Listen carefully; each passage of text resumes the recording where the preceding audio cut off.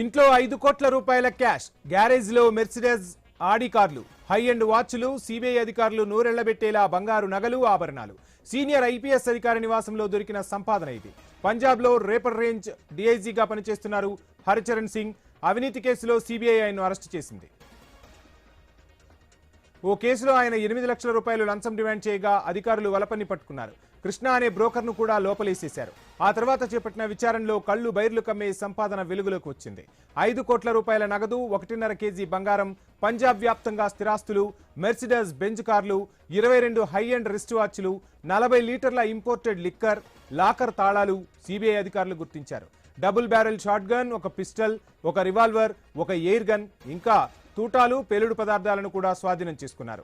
డీఐజీకి broker గా వ్యవహరించే కృష్ణ దగ్గర 21 లక్షల రూపాయల నగదును సిబిఐ అధికారులు రికవరీ చేశారు. తన అధికారాన్ని అడ్డు పెట్టుకుని హరిచరణ్ సింగ్ మనీ లాండరింగ్ కి కూడా పాల్పడి ఉండవచ్చునని భావిస్తున్నారు అధికారులు.